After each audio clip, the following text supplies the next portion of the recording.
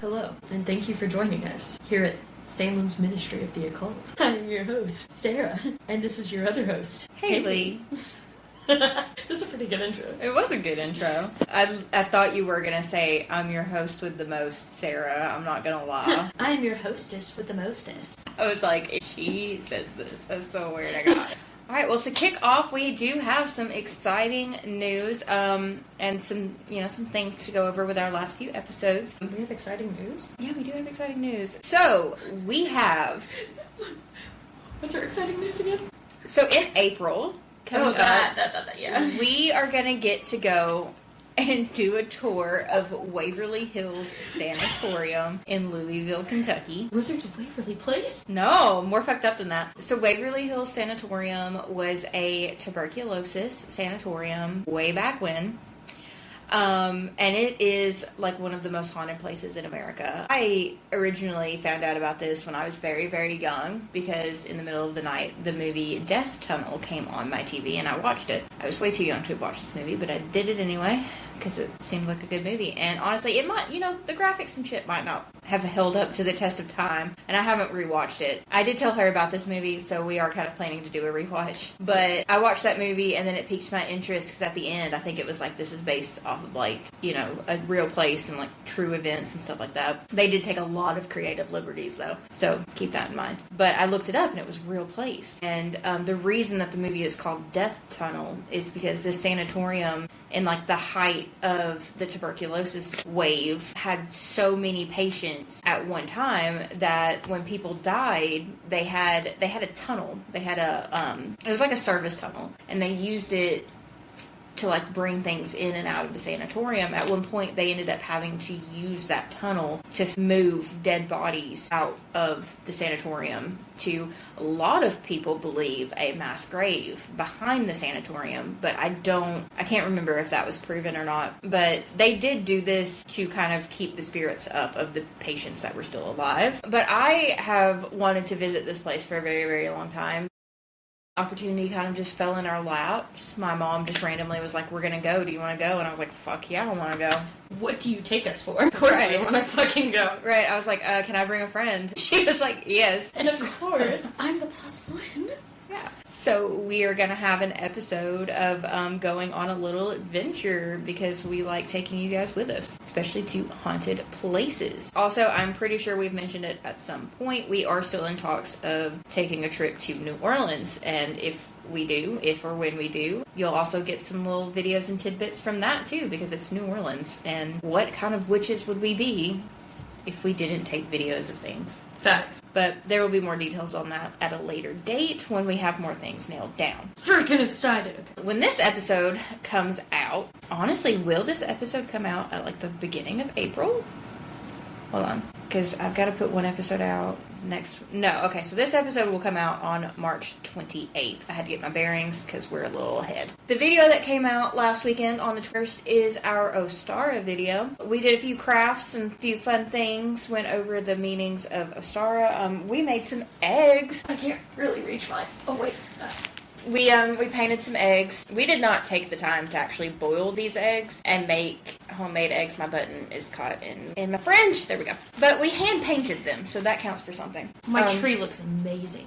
Her tree does look amazing. She did a really good job. How the fuck I did that. I can't really see it. But. We drew like runes and stuff on them. She actually wrote down what the runes mean and what they are. Yes. I did not do that, but I tried to make my paintings symbolic of what the rune means. So like this one is growth, so I have a leaf with roots because it's going to grow into a tree eventually. I just did what felt right. There was literally one, I was sitting over here and I was like, I don't know what to put on this, and it just felt like there was a voice yelling in my head going, put a marigold!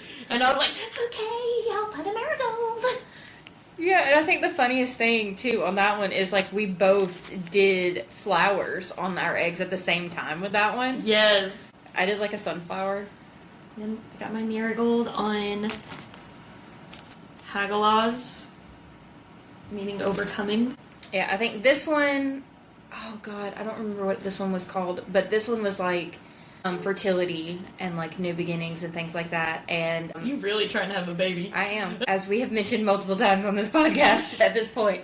I put the sun on one of mine on Uruz for health. I did the sun and the moon because Google said that during Ostara, the cycle of dawn to dusk is very important. I made this one look like a robin's egg because I did Rado, which is evolution, and it looks like an R. And I was like, haha, robin's egg. That's what it told you, revolution? Mine for the R said it was journey. Okay, so it said quite a few for that one, but journey and whenever you're... Did I even do one? You're evolving, and it's a journey. Yes. You see it? Yeah. So I did do one with journey on it, but then I really fucked up the painting because I was going to do like a forked road of like you have a journey, you can take paths, and it didn't work out well. I just did a pentagram on this one, and it's algaes for protection.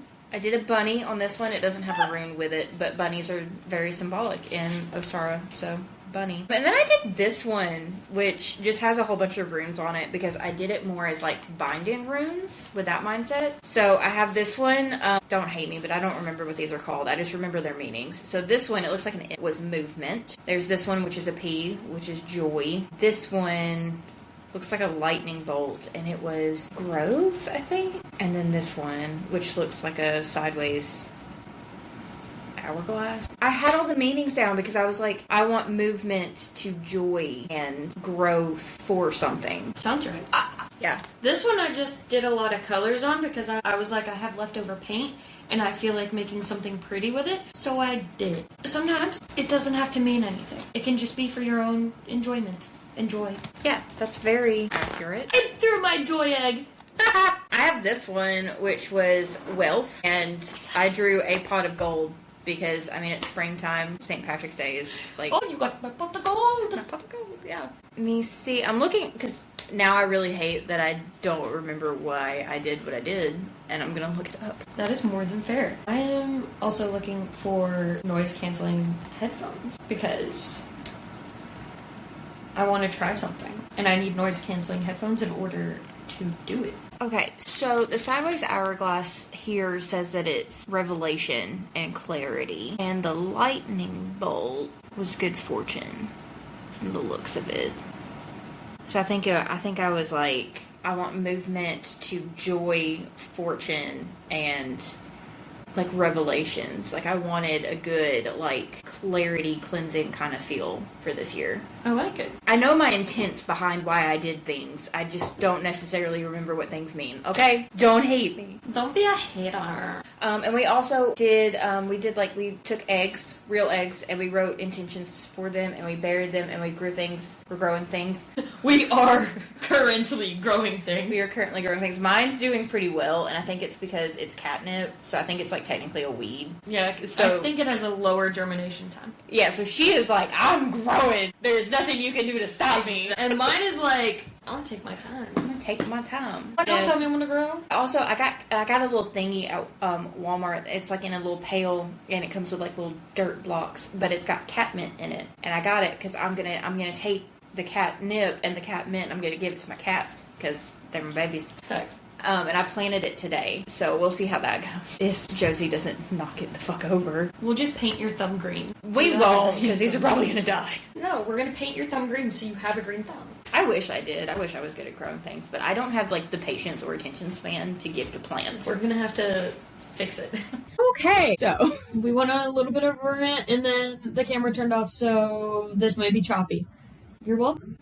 Yeah, so to get into the good stuff, because we've already been stimming. Do you want to go first? I can. I don't think I have a whole lot, so I definitely can. Okay, so we are bringing you 2 more types of witchcraft today, and again, the episode before our Ostara video, I think I said in that one that these types of witchcraft are more in how you practice than they are belief systems. So yeah, I guess we're just going to jump right into it because we've already been here for 30 minutes. Yeah. I'm currently looking at ghost hunting equipment. All right, bet. So I have ceremonial witchcraft today. We have talked about this a few times in passing. This is the witchcraft that is referred to as high magic. And that would be low magic. You can get high for low magic because there's not a lot of structure. I mean, you can probably get high for high magic too, but there's a lot more shit to remember. You know, that's valid. So this is a highly structured, ritual-based tradition focused on invoking spirits, channeling energy, and personal transformation through precise formulas. So this is more along the lines of, like, alchemy and, like, what you see in movies when they're like, this is a satanic cult and they're sacrificing a virgin to Satan. Like, that's the robes and things is what you see. Dead. Just sacrificing a virgin to Satan. I mean, that's what they do every single time. And I love the, like, when people make jokes because they're like, Satan and hell, like, what am I going to do with another virgin? Like, stop sending me virgin. For real. Like, damn. Give me someone with a bit of experience. Come on. Right? Like, he gets another one and he's just like, what are they doing? I never said I wanted this. No, they get down there and he's like, are you really a virgin? No. I don't think you actually would have come here if you were. Because this is not how this works. You can't just be sacrificed and then go to hell. Like, it's like, are you really? And they're just like, no, I totally told them I fucking was though, bro. Me. Okay, back on topic. That was all me. How I've mentioned it before is that this is a very theatrical practice. Your theater kids would do great here. Choir too, you know? Like, you're very showy. I feel like you guys would love this one. Exactly. So, what some of you may be asking is, how does this type of magic differ from natural magic, or aka low magic? Because up until now, most of the practices we've talked about have been in alignment with low magic, which is just everyday magic. You're able to use it without any pomp and finesse. Which honestly is one of the bigger differences. The other one is that natural magic is practiced in accordance with the natural world. So you're relying more on things you forage and things you find in nature and the laws of nature. You're honed in more to the earth and to what she needs and what she can provide you and things like that. While ceremonial magic, it's a lot more complex, and the magic is meant to bring the practitioner closer to the divine. So you're doing this more in a sense of worship. You're trying to get closer to the God or the spiritual being that you believe in or that you are calling to in that moment. The practice relies very heavily on strict, elaborate, and meticulous rituals. These were often derived from medieval and Renaissance grimoires. Sounds pretty grim. So I'm so sorry. A lot of the modern day practice that we think of with high magic can be accredited to Aleister Crowley. We also have Did you just say? I did. It's funny that I had literally just said, okay, Aleister, and right? We also have Raymond Buckland. I've mentioned this book on the podcast before. I didn't get through a lot of it because it's written more very rigidly. It's centered around more of a coven kind of setup instead of a sole practitioner, which I do think is something that you see a lot more in ceremonial magic. You can see it a lot. You can see it some in low magic too, but typically with covens, that's where you get the robes and you get the ritual circles and you're all doing, I don't know, spells together and things like that. You're going to see it a lot more with that high magic because it's, yeah. But, I mean, honestly, I don't envision witches who do more nature-based or low magic practices practicing in the way that high magic people do. Makes sense. I envision them more like out in their backyard, out in the woods with a homemade altar, just finding whatever they find and be like, fuck yeah, concrete, Yeah. Whereas, high magic, it's a lot more, I hate to keep saying structured, but it's kind of the only way to describe it. Yeah, it's just very rigid in how everything is conducted, how things are thought of. So, I mean, if that aligns for you, if you need that like hard line of you walk in those doors and you stop being Haley and you start being coven member, like, this will be great for you. You put on a robe, you put on a mask, you say, hey, I don't know if you put on a mask. That's what Hollywood does. They put on masks so no one knows who you are. Which, I mean, hey, that sounds cool too. Do what feels right. I'm not judging. I don't think that I would fit in very well with this type of magic just because I am a very go with the flow kind of person. Thank you, Pisces.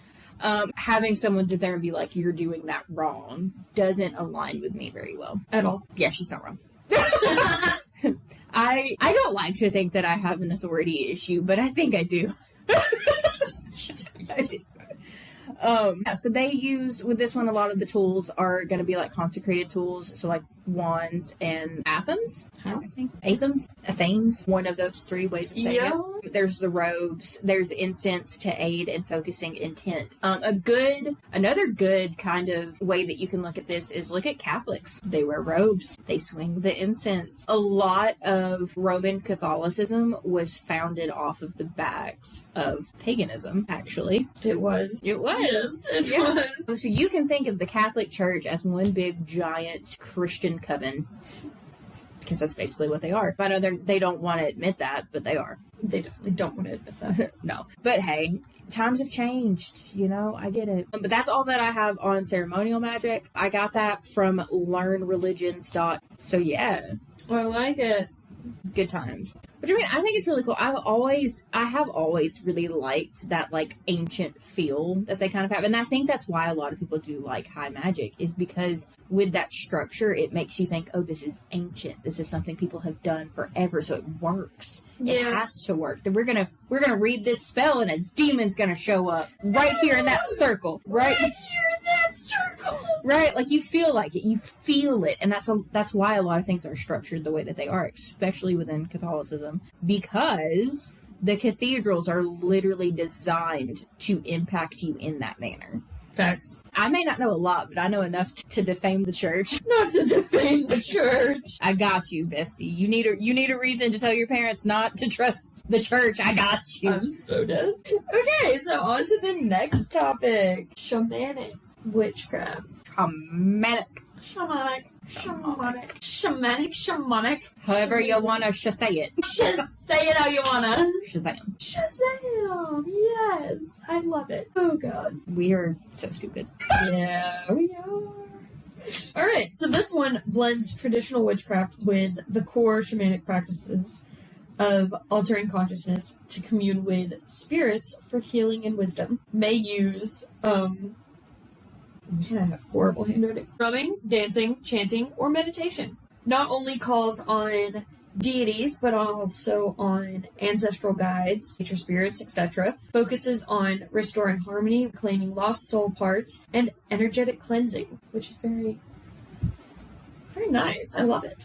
What did I write here? Mystic view of all things, and elements have a spiritual essence. That's all I got on that. All right.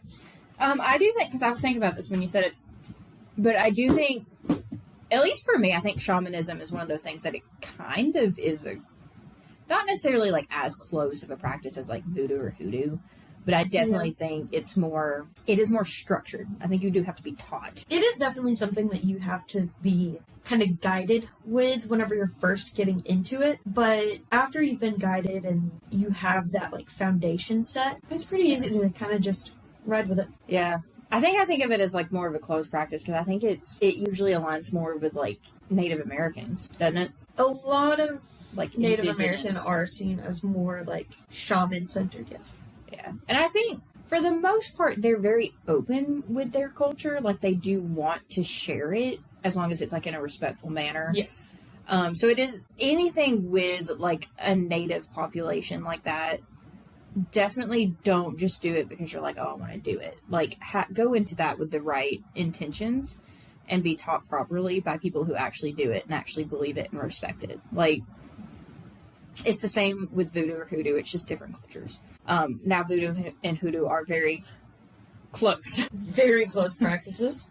But, I mean, go into it with that mindset of, like, I don't need to do this unless I'm going to respect it kind of thing. Which I will say, I do have a friend that does practice voodoo. I don't know that much about it in order to like really speak on it, but I did ask them, I was like, with that being like more of a closed practice, how did you get into that? And they're like, I wanted to get into it, so I did. And I was like, okay. Yeah. So it's something that you just really have to feel out for yourself and kind of be respectful. Yes. And align with what feels right, not just to you, but kind of what feels right energy-wise to like your ancestry and kind of feel out. I don't know how to explain it. Like, if it doesn't connect with you, leave it. leave it. Don't go into it, like, especially Don't just do something just because you want to. Yeah. Don't go into voodoo because you're like, I'm going to make a voodoo doll of my ex and I'm going to make him cut his dingling off. Like, that's I'm not... going to make his dingling fall off. Right. Like, don't do that. That's not what that's for. I think it gets a very bad rap because of Hollywood. It's just like Satanism. They carry a negative connotation to the mass society, so Hollywood plays into that and has done nothing but feed that cycle of... Because voodoo dolls can actually be used for good. Yeah, because you can use it to increase your luck, your libido, and like it can cause good and it can cause bad. You just need to know the proper practices. Yeah. So definitely be respectful. Know what you're getting into. Don't be a fucking dick. Yeah. Don't be a dick. If you don't align with it, if you do not connect with it, leave it alone. It's not for you. And that is with anything, but especially religions that are either more left-hand path, closed, or relative more towards indigenous populations, because that's not just, oh, they're practicing a set of witchcraft. That's their culture. That is their livelihood. Don't let the colonizer in you win. Yeah. You know, like, we may call it shamanism, however we say it. But I mean, and we give it that, like, it's witchcraft. But, like, for a Native American, that's not what they consider it. That is their culture. That's their way of thinking. They were connected to the earth because they had, I mean, like, there were tribes. There were, I think it was the Navajo, where, like, their men grew their hair out really long. And they had I think it's most tribes that grow out their hair. But I think with the story that I read, it pertained more to the Navajo because they were the ones that, like, went through this. But their men were exceptional trackers. They had an innate ability to just know direction, to know where to go. And so the, like, military drafted them, or, like, they got them to sign up for the military. And because military regulation is you have to cut your hair off. So they cut their hair off and almost every single one of them couldn't track anymore. It was like, it just turned off. I'm telling you, hair holds so much. It holds memories and it holds energy. And that is why I can't cut my hair, like, especially right now. Yeah. Especially after, like, Salem passed. Because all this growth has happened while I have had him. Yeah. So this is all Salem. And I mean, it makes sense because they place a very symbolic, like, meaning on hair. Exactly. In their culture. That's why, like, they didn't cut it. Mm-hmm. Because to them, it was kind of one of those things that connected them to the earth and to their livelihood. That's why a lot of cultures also believe in, like, veiling, because they see hair as, like, such a strong, like, spiritual connection that they're like, you have to protect it. You have to protect that energy. So that's why a lot of people, like, believe in veiling. Yeah. And I mean, you see it in a lot of things because, like, a lot of witches will be like, I make sure that I don't leave any of my hair anywhere. Mm-hmm. Because if another witch gets a hold of it, they can hex you with it. Mm-hmm. So, I mean, it's in a lot of cultures to be very mindful and protective of your hair. Do they tell us why? No. Honestly, I think, like Christianity, they don't really talk about hair. Well, they do. In Catholicism, yeah. In Catholicism, so if you go to a very, like, old school traditional Catholic church, you have to veil. Yeah, and I thought that had to do more with, like, God. No, so it is actually because they straight up believe that, like, your hair it's kind of like, it's a tempting thing. Because hair is often associated with, like, vanity and power.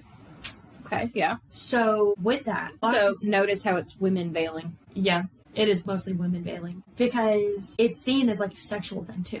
Yeah. Your hair is very sexualized in some cultures. And that's why, like, I can't remember exactly which religions it is, but I know in a lot of the Muslim religions, they wear the hijab, and the only person that can see their hair is other women. Or their husband. Exactly. Yeah. Or, like, their close family. Yeah. And they have to start doing that once they menstruate for the first time. Yeah. Before that, they don't have to. But after that, they've got to. Which is, like, so insane to me. Yeah. But I mean, because I worked with a girl at a grocery store, and she was Muslim. She was the one that, like, she has to cover, like, everything. But, I mean, because I want to say she was adopted. So, like, I don't think her adopted family, I don't think that was their religion, but it was hers. So that's something she chose. There's a lot of women who, if you ask, like, I found this one TikToker, and she shows you how she makes, like, fashion. Yes, I've seen her videos. Love her. But, I mean, she's talked about it. She's like, this was my choice. Like, I could choose to walk away and to not practice this religion, but this was my choice. This is my religion. This is how I feel close to Allah. So, I mean, we think of it as very oppressive. Because of the culture we live in. Yes. And I do think because, I think is it Palestine or Iran? It could be Iraq, or it's one of those, where up until like the 70s, they lived and like dressed like we do. And then their government was taken over by like an extremist group, and all of the women had to start veiling, and they had to cover like head to toe. The only thing you could see were eyes. And so we think of it as oppressive because the only picture we've ever been painted is they took over, this happened. We have they're like a lot of these women. Very westernized version of it, yeah. Yeah, because we're like, we're told, like, they didn't have a choice. They, and to this day, like, they dress like this and they practice like this because that's how it's always been, and they don't know it could be any other way. Like, we have that mindset of it because that's what we're taught. So, I mean, it is kind of mind-boggling to see it from that other perspective of they're like, no, I chose this. Like, I choose to continue living like this. I could move and not live like this, but I don't want to. Because for me, I'm like, I'll be damned if anybody tells me what I can and can't wear. I fought for this independence. People fought for this independence. Susan B. Anthony! Right, So, like, for me, also, it's just... apparently she was a really bad person. Which sucks. Because, like, what the hell, man? Yeah. I feel like there are a lot of people who did, quote-unquote, good things for us today that, by our standards today, would be very terrible people. Yeah. I mean, not every person can be perfect. Right. And we don't need to expect every person to be perfect. We can definitely appreciate the good that people have done. Yes. But also keep them accountable for the bad that they did. Right. Thank you for joining us for talking about ceremonial witchcraft and for ceremonial and shamanic witchcraft. And we're really excited for you to see what we have in store with our Ostara video coming out and our ideas for what we're going to do at the Waverly Hills Sanatorium. Yeah, it's going to be a good time. We might try some new tactics. Yeah, we'll see. It just kind of depends on... We're going to play with them. Yeah. I hope some ghostly things happen and that we can catch them on video for you guys. And that you guys don't think that we're... crazy. Yeah. Or like... I mean, we're definitely crazy, but like... Thank you for joining us. And as always, our brains are yours to pick.